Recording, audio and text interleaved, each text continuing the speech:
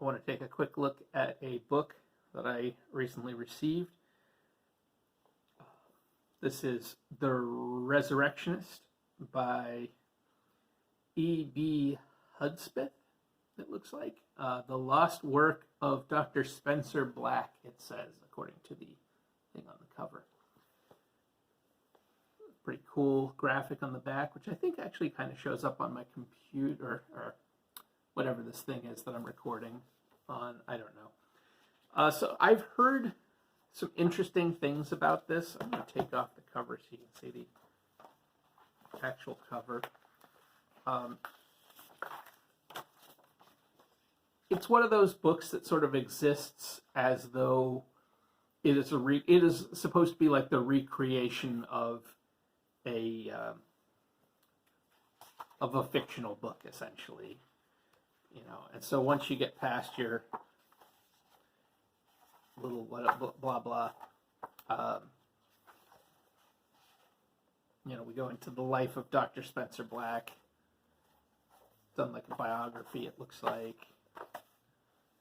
We have some of the artwork, but I believe that it ends up being some kind of, like, not quite Frankenstein, but, you know, that kind of a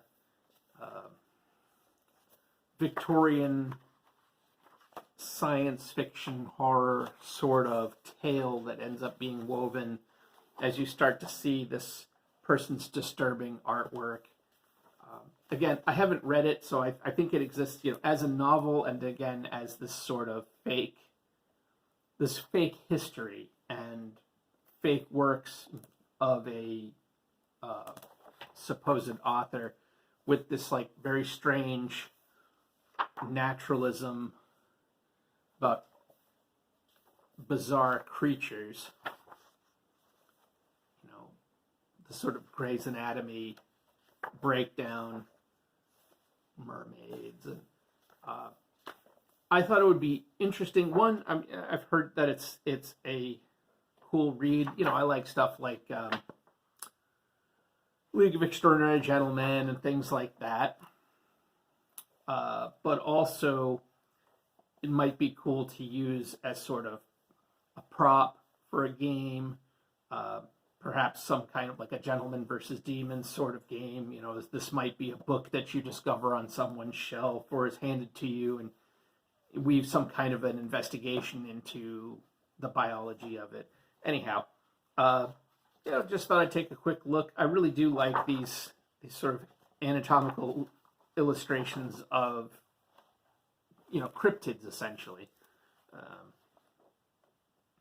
So it's very interesting.